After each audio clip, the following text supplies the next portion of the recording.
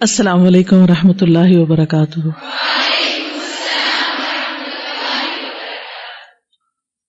کون سے حصے پہ غور کیا؟ اہدنا الصراط المستقیم صراط الذین انعمت علیہم۔ کون ہے وہ؟ کون ہے انعام یافتہ؟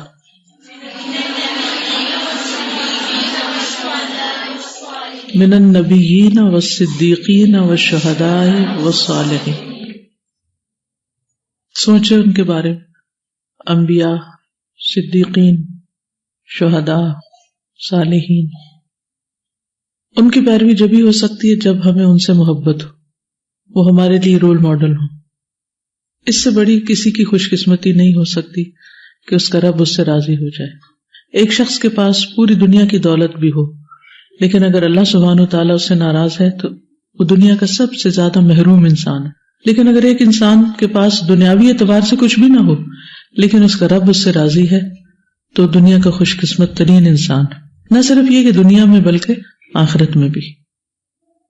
تو جن پر اللہ نے انعام فرمایا وہ ہو سکتا ہے کہ دنیاوی معیار کے اعتبار سے لوگوں کے نزدیک، دنیا والوں کے نزدیک بہت بڑی ہستیاں نہ ہوں، لیکن ہمیں ان کے دنیاوی اسٹیٹس کو نہیں دیکھنا بلکہ کیا دیکھنا ہے؟ ان کے کردار کو دیکھنا ہے۔ تو اسی سوچ کے تحت یہ کتاب پڑھی گئی اور اب آخر میں چند ایک صحابیات باقی ہیں۔ آج ہم انشاءاللہ پڑھیں گے سیدہ فاطمہ بنت علقمہ اور سیدہ لبابہ کے بارے میں۔ نحمدہ ونصلی علی رسولہ الکریم، اما بعد، فاعوذ باللہ من الشیطان الرجیم، بسم اللہ الرحمن الرحیم، رب اشرح لی صدری ویسر لی امری واحلل عقدۃ من لسانی یفقہوا قولی۔ سیدہ فاطمہ بنت علقمہ، اسلام اور ہجرت حبشہ۔ نام فاطمہ، والد کا نام علقمہ تھا، علقمہ بن عبداللہ عامری۔ انہوں نے مکہ میں اسلام قبول کر لیا۔ یہ اسلام قبول کرنے کے حوالے سے سبقت لے جانے والوں میں شامل تھی۔ ان کے حالات اگرچہ بہت زیادہ نہیں ملتے لیکن ان کی سب سے بڑی خصوصیت یہی تھی کہ انہوں نے اسلام قبول کرنے میں سبقت کی۔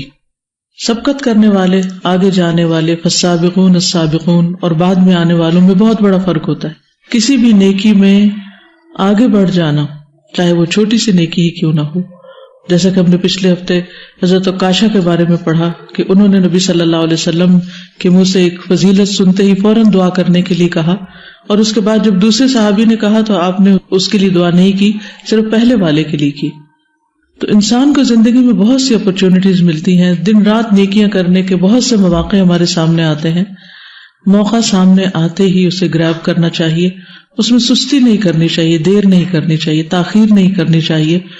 ہو سکتا ہے کہ وہ موقع دوبارہ نہ آئے، اور ہو سکتا ہے دوبارہ آئے تو اس وقت اس کو اویل کرنے میں وہ اجر و ثواب نہ ہو جو پہلی دفعہ اس کے کر لینے میں تھا۔ نیکی خواہ چھوٹی ہو یا بڑی ہو، اس کو حقیر نہ سمجھا جائے۔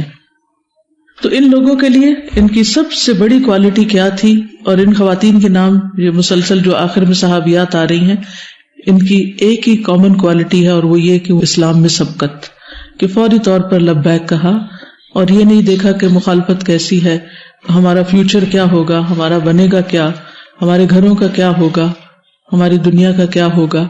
انہوں نے ایک ہی چیز میں نجات دیکھی کہ ایک سچا شخص یعنی محمد رسول اللہ صلی اللہ علیہ وسلم ان کو ایک حق بات کی طرف پکار رہے ہیں۔ انہوں نے اس سچائی کو محسوس کیا اور فوراً لبیک کہہ دی، اور اس کے بعد پھر طرح طرح کی اذیتیں بھی سہی، لیکن ان کی استقامت میں کمی نہیں آئی۔ یہ ایک اور بہت بڑی خوبی تھی کہ جتنے شروع کے لوگ تھے ان پر اتنی ہی زیادہ تکلیفیں آئیں اور ایک لمبے عرصے تک بھی آئیں، لیکن وہ اپنے مشن سے پیچھے نہیں ہٹے کسی بھی قیمت پر۔ نہ وہ بکے، نہ انہوں نے دنیاوی مفادات دیکھے، نہ ہی وہ پچھتائے، نہ انہوں نے کوئی افسوس کیا، اور نہ ہی وہ پلٹے۔ تو اس میں بھی ہمارے لیے ایک بہت بڑا سبق ہے کہ جب ہم ایک سچائی کو دیکھ لیں، پا لیں، تو اس کے بعد ہر قیمت پر اس کو اختیار کریں، پھر چاہے جان جائے اس کی بھی پرواہ نہ کریں، جیسا کہ صحابہ کرام نے عملی طور پر یہ کر کے دکھایا کہ انہوں نے صرف اپنے گھر بار ہی نہیں چھوڑے تھے، جب جانوں کی ضرورت پیش آئی تو جانیں بھی اس راستے میں دی۔ اسی طرح ان کے خاوند سلیت بن عمرو، کیا نام ہے ان کا؟ سلیت بن عمرو، انہوں نے بھی اسلام قبول کرنے کے حوالے سے سبقت لے جانے والوں میں شمولیت اختیار کی، یعنی ہسبینڈ وائف دونوں ہی مسلمان ہوئے. بہت گھرانوں میں تو ایسا بھی تھا کہ اگر ہسبینڈ مسلمان ہے تو بیوی نہیں ہے، بیوی ہے تو ہسبینڈ نہیں ہے، لیکن یہ اللہ کے فضل سے دونوں ہی اس راستے میں ایک دوسرے کے ساتھ ہی تھے. جب قریش رسول اللہ صلی اللہ علیہ وسلم کے صحابہ کو اذیت دینے میں بہت زیادہ بڑھ گئے اور ایذا دینے کے لیے نت نئے طریقے اپناتے تو رسول اللہ صلی اللہ علیہ وسلم نے صحابہ کرام کو حبشہ کی طرف ہجرت کرنے کی اجازت دے دی تاکہ حبشہ کے عادل حکمران کے پاس رہتے ہوئے اللہ تعالیٰ کی عبادت کر سکیں، کیونکہ اس حکمران کے ملک میں کسی پر ظلم روا نہیں رکھا جاتا تھا. سیدہ فاطمہ رضی اللہ تعالی عنہا اور ان کے خاوند سلیط مہاجرین کے قافلے میں روانہ ہو گئے. قریش کو ان اہل ایمان کا ان کی سلطنت سے نکل جانا پسند نہ تھا، کیونکہ وہ انہیں طرح طرح کی سزائیں دے کر رسول اللہ صلی اللہ علیہ وسلم کو تکلیف پہنچانا چاہتے تھے. قریش نے قیمتی تحائف دے کر ایک وفد حبشہ کے حکمران نجاشی کی طرف بھیجا تاکہ مہاجرین کو اس وفد کے حوالے کر دے، اور جب وہ واپس آ جائیں تو انہیں دردناک سزاؤں سے دوچار کیا جائے. جب نجاشی کو خطیب المہاجرین سیدنا جعفر بن ابی طالب کے ذریعے معلوم ہوا کہ یہ مہاجرین اپنی قوم کی ایذا رسانی سے تنگ آ کر اپنا وطن چھوڑ کر بھاگے ہیں، تو اس پر پھر اس نے کیا کیا، نجاشی نے تحائف واپس کر دیے اور ان کو پناہ دی، اور اس طرح مسلمان وہاں امن کے ساتھ رہنے لگے. اور یہ اللہ کا وعدہ بھی ہے کہ جو اللہ کی خاطر اپنا گھر بار چھوڑے گا، ایک تو ہے نا کسی مجبوری سے چھوڑنا یا دنیاوی فائدوں کے لیے چھوڑنا یا تجارت کے لیے چھوڑنا، اور ایک ہے صرف اور صرف دین کی غرض سے، یعنی ایک جگہ انسان کا اگر ایمان محفوظ نہیں یا وہ صحیح طور پر عمل نہیں کر پا رہا تو اس ماحول کو، اس جگہ کو چھوڑ دینا، چاہے وہ وطن ہو یا شہر ہو یا دوستوں کی ایون کمپنی. جب آپ لوگ دین کی طرف آتے ہیں تو بعض اوقات آپ نے دیکھا ہوگا کہ جو آپ کے پچھلے دوست ہوتے ہیں وہ آپ سے کٹنا شروع ہو جاتے ہیں. آپ ان کو کیا لگتے ہیں؟ بور. یس، یعنی اب آپ کے ساتھ بات کر کے ان کو مزہ نہیں آتا. کیوں؟ کیونکہ آپ کے ٹاپک چینج ہو گئے. اب آپ کو لغو باتوں میں اور فضول باتوں میں دلچسپی نہیں رہی، لہٰذا آپ کا رسپانس اس طرح نہیں ہوتا. کیونکہ عام طور پر تو یہ ہے کہ دوسروں کو ہنسانے کے لیے، خوش کرنے کے لیے جھوٹی باتیں بھی کی جاتی. اب آپ اگر جھوٹ سے بچنا چاہتے ہیں تو لوگوں کو صرف سچائی میں وہ مزہ نہیں آتا جو شیطان ان کو جھوٹ میں دلاتا ہے. اسی طرح غیبت سے جب انسان بچنا شروع کر دیتا ہے، دوسروں کی کردار کشی نہیں کرتا تو اس میں بھی لوگوں کو مزہ نہیں آتا. تو اس طرح جب ٹاپک چینج ہو جاتے ہیں تو پھر اس کا لامحالہ طور پر کمپنی بھی چینج ہونے لگتی، یا پھر آپ کا ان میں دل نہیں لگتا اور ان کا آپ میں دل نہیں لگتا. تو یہ بھی کیا ہے، ایک چھوٹی سی ہجرت ہوتی ہے. اور یہ کس کے لیے ہوتی ہے؟ اور یہ ہجرت بھی ضروری ہوتی ہے کیونکہ انسان دین پر استقامت اختیار نہیں کر سکتا جب تک کہ اس کی صحبت صالح نہ ہو، یعنی اس کی کمپنی اچھی نہ ہو. اچھی سے اچھی چیز اگر کسی بھی خراب چیز کے ساتھ مکس اپ ہوتی ہے، اس میں مل جل جاتی ہے، تو اس میں بگاڑ پیدا ہو جاتا ہے. مثلاً بارش کا پانی آسمان سے اترتا ہے تو کیسا ہوتا ہے؟ صاف ہوتا ہے. جب بادلوں سے اترتا ہے تو صاف ہوتا ہے. لیکن اگر ہوا میں پولوشن ہو تو پھر کیسی بارش اترتی؟ ایسڈ رین، یا ویسے بھی اس میں مٹی اور گندی چیزیں ہوتی ہیں. تو صاف ستھرے پانی کو کیا ہوا؟ نیچے پہنچتے پہنچتے میلا کیوں ہو گیا؟ کس وجہ سے ہوا؟ کیونکہ جس ماحول سے وہ گزرا، جس چیز کے ساتھ مل کے وہ گزرا، اس نے اس کو میلا کر دیا. وہ اصل میں اس کی فطرت اچھی تھی، سلیم تھی، وہ بالکل صحیح تھا، لیکن ہمارے ماحول کی آلودگی نے اس کو بھی آلودہ کر دیا. تو یہ بات فرشور ہے نا کہ ایسا ہوگا. پھر اسی طرح آپ دیکھیے کہ زمین میں مختلف حصوں پہ بارش برستی. جب صاف ستھری مٹی پہ بارش برستی ہے تو اس کا ری ایکشن کیا ہوتا ہے؟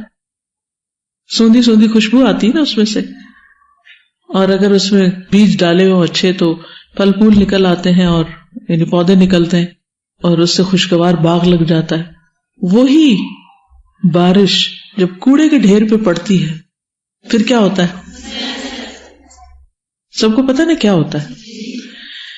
اسی طرح ایک تالاب کا پانی ہے یا ایک نہر کا پانی ہے، صاف ستھرا پانی ہے، بہتا پانی ہے، اچھا پانی ہے، لیکن اگر اس کے اندر ایسے جانور گھس جائیں جو نجس ہیں، گندگی ان کے جسموں کو لگی ہوئی ہے، تو کیا ہوگا پانی کا حال؟ تو پانی کی جو کوالٹی تھی وہ تبدیل ہو گئی، فاسد ہو گئی، بگڑ گئی، کیونکہ اس میں گندگی مل گئی. اسی طرح آپ دیکھیں گے ہم جو غذا کھاتے ہیں وہ غذا کیا ہوتی ہے؟ حلال، طیب، صاف ستھری، خوشبودار.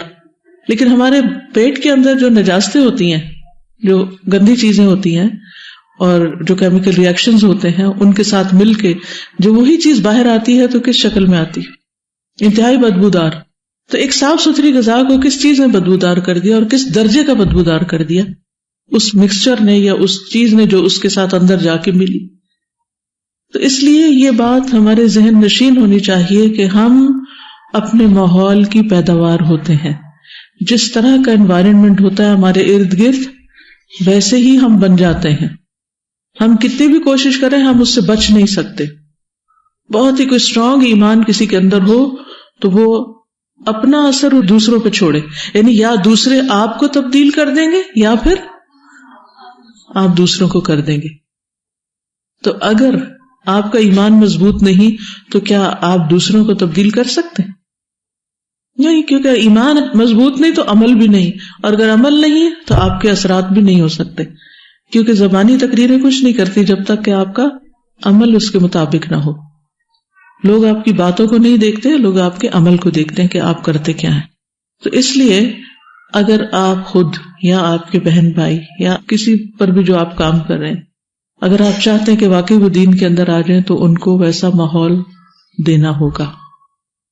جہاں بھی جائیں، جہاں بھی رہیں، اپنے ارد گرد اچھا ماحول پیدا کریں. ورنہ سوسائٹی کا پریشر ایسا ہوتا ہے، لوگ ایسے ہوتے ہیں کہ وہ خود بھی نہیں چلتے سیدھے راستے پر تو آپ کو بھی چلنے نہیں دیں گے. انتہائی خطرہ ہے.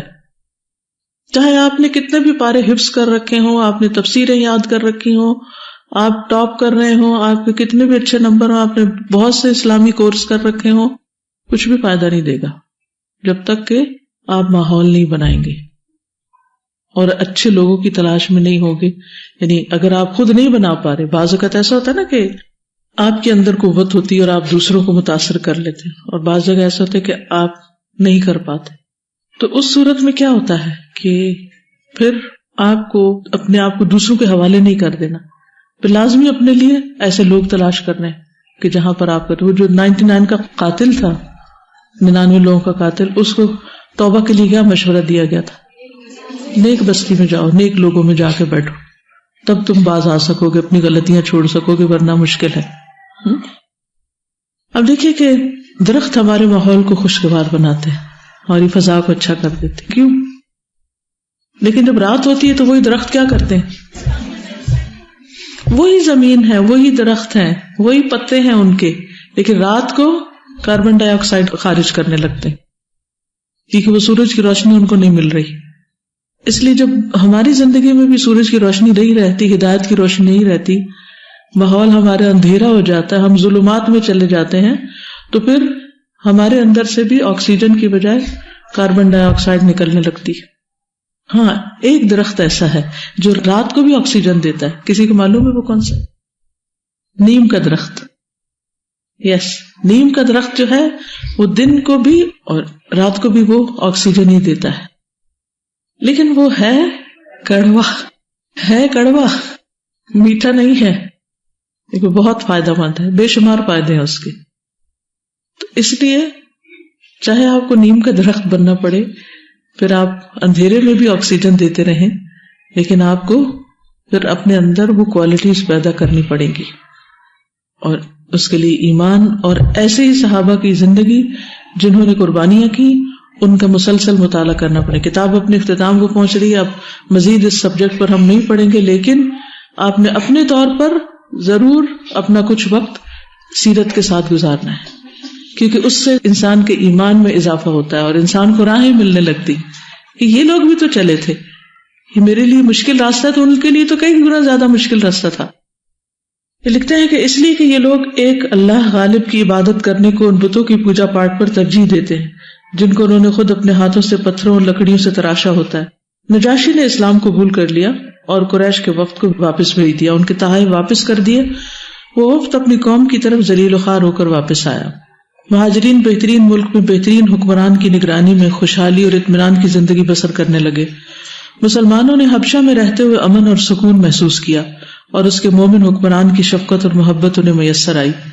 اس نے مسلمانوں کے دین کی پیروی اختیار کر لی اور وہ ان کا مومن بھائی بن گیا، چاہے وہ سینکڑوں میل دور تھا۔ ارشاد باری تعالیٰ ہے، یقیناً مومن آپس میں بھائی بھائی ہیں، یعنی ایک اخوت کا رشتہ ہے مومنوں کے درمیان، چاہے وہ کہیں پر بھی ہوں، کسی بھی رنگ، کسی بھی نسل اور کسی بھی علاقے سے تعلق رکھتے ہوں۔ مسلمان کہیں بھی زخمی ہو، اس کا درد ہمیں محسوس ہونا چاہیے۔ اس پرامن ماحول میں سیدہ فاطمہ رضی اللہ عنہا نے ایک بچے کو جنم دیا جس کا نام سلیت بن سلیت تھا۔ سلیت ان کے ہسبینڈ کا نام ہے، تو ان کے بیٹے کا نام پھر کیا ہوگا؟ سلیت بن عمر جو ہے نا، یہ شوہر ہے، تو پھر سلیت کے بیٹے کیا ہوئے؟ سلیت بن سلیت ہی ہوئے۔ جب مہاجرین حبشہ سے مکہ واپس آئے تو نبی کریم صلی اللہ علیہ وسلم ہجرت کر کے مدینہ منورہ تشریف لے گئے تھے۔ مہاجرین آپ سے ملنے کے لیے مدینہ منورہ کی طرف روانہ ہوئے۔ جب مہاجرین مدینہ منورہ پہنچے تو انہیں پتہ چلا کہ رسول اللہ صلی اللہ علیہ وسلم فتح خیبر کے لیے جا چکے ہیں، وہ بھی آپ کے پیچھے روانہ ہو گئے۔ جب یہ مہاجرین خیبر پہنچے تو اللہ تعالیٰ نے لشکر اسلام کو فتح خیبر سے نواز دیا تھا۔ رسول اللہ صلی اللہ علیہ وسلم نے مہاجرین کو پرجوش انداز میں خوش آمدید کہا۔ یہ مہاجرین رسول اللہ صلی اللہ علیہ وسلم کے ساتھ مدینہ منورہ آ کر خوشگوار زندگی بسر کرنے لگے اور آپ کے علم سے فیضیاب ہونے لگے۔ سیدہ فاطمہ نے یہ پختہ ارادہ کر لیا تھا کہ اپنے بیٹے سلیت کے دل میں اسلام کے بنیادی مسائل جاگزیں کرے اور اس کے دل میں جہاد کی محبت سمو دے تاکہ وہ اپنے باپ کی نیابت کا حق ادا کر سکے۔ سیدنا سلیت بن عمر نے باقی جنگوں میں بھی حصہ لیا، پھر انہوں نے جنگ یمامہ میں شہادت پائی جس میں ان کا بیٹا بھی ان کے ساتھ شریک جنگ ہوا تھا۔ خلیفہ کا ان کے بیٹے کے لیے اکرام۔ سیدنا عمر بن خطاب کے دور میں آپ کے پاس کافی مقدار میں لباس آئے جنہیں آپ نے صحابہ میں تقسیم کر دیا۔ ایک بچ گیا تو سیدنا عمر نے فرمایا، مجھے کوئی ایسا ساتھی بتائیں جس نے اپنے والدین کے ساتھ ہجرت کی ہو۔ آپ کو بتایا گیا کہ عبداللہ بن عمر اس معیار پر پورے اترتے ہیں جو کہ ان کے اپنے بیٹے تھے۔ سیدنا عمر نے فرمایا وہ بھی ٹھیک ہے لیکن سلیت بن عمر اس سے زیادہ مناسب ہے، اور وہ لباس اس کو دے دیا۔ اللہ تعالیٰ سیدنا عمر بن خطاب، سیدنا سلیت، ان کی والدہ سیدہ فاطمہ اور ان کے والد سیدنا سلیت بن عمر پر اپنی رحمت کا سایہ دراز کرے اور انہیں وافر مقدار میں اجر و ثواب سے نوازے، آمین۔ آپ میں سے کوئی کچھ کہنا چاہے گا؟ جی السلام علیکم. وعلیکم۔ Ustaza, when we were talking about environment, it just made me think that I feel like your environment, there's 3 results of your environment. One, that you change, you take upon the bad effects of your environment on you. Number 2, that you grow from your environment. You get better in all the things that you were doing. And number 3, that you stay the same. So it really made me think that, alhamdulillah, this part of the course and all the changes that I have brought up in myself this last year, that I spaced myself away from the things that were having bad effects on me, the friends that were having bad effects on me. But then sometimes it comes to a point where you're not excelling. You know how your tomorrow should be better than your today. So you're just staying in the same environment and around the same people, and they're not helping you grow. Your tomorrow isn't becoming better than your today. So I was talking to Mama, and Mama told me how, for the past years we've had a money plant. Money plant, the leaves grow into a vine. And we have taken it everywhere. Wherever we moved in the house, we would take the money plant with us. So this last house we moved to in Houston, the money plant wasn't growing. And Mama tried everything. The pani bhi diya, she changed everything she tried. And it wasn't growing. And so after months, actually pura saal ke baad, she put it outside. And she put it outside and it started growing more than it ever grew before. And Mama was like, subhanAllah, this is the effects that environment has on us. It was still long and beautiful, but it could be longer. It had that potential. And just because it was moved from one place to another, it reached its potential. Yes. So sometimes this is the same thing which happens with us. Yes. آپ سب کو ایک زندگی ملی ہے، دوسری دفعہ نہیں ملنی۔ جو کچھ کرنا ہے اسی میں کرنا ہے، تو اس کو تجربوں کی نظر نہیں کرنا کہ یہ کر لیں وہ کر لیں وہ کر لیں۔ جہاں دیکھا گرو نہیں کر رہے، آگے بڑھے، ٹھیک ہے نا؟ اور گرو کرنے کے لیے صحیح ماحول چاہیے۔ نبی صلی اللہ علیہ وسلم نے سلیت بن عمر عامری کو یمامہ کی طرف حوزہ بن علی حنفی کے پاس بھیجا تھا، یعنی نبی صلی اللہ علیہ وسلم کے ایمبیسیڈر بن کر گئے تھے، تو اس نے ان کی عزت کی، ان کو مہمان ٹھہرایا اور نبی صلی اللہ علیہ وسلم کی طرف خط لکھا کہ کتنی عمدہ اور خوبصورت چیز کی طرف آپ دعوت دیتے ہیں، میں اپنی قوم کا خطیب اور شاعر ہوں، تو اقتدار میں سے کچھ حصہ مجھے بھی دے دیں۔ تو نبی صلی اللہ علیہ وسلم نے انکار کیا. حوضہ مسلمان نہیں ہوا اور فتح مکہ کے زمانے میں فوت ہوا. یہ تہذیب الکمال کی ایڈیشن ہے جو اس کتاب میں نہیں ہے. اس سے یہ پتہ چلتا ہے کہ نبی صلی اللہ علیہ وسلم نے ان کو ایک خاص مقام دیا اور دعوت کے جو مختلف وفود مختلف علاقوں میں یہ لوگوں کو بھیجا, اس میں ان کو یمامہ کی طرف بھیجا گیا. چلیے آگے چلتے. سیدہ لبابہ صغرا رضی اللہ عنہا, ان کا نام لبابہ صغرا ہے.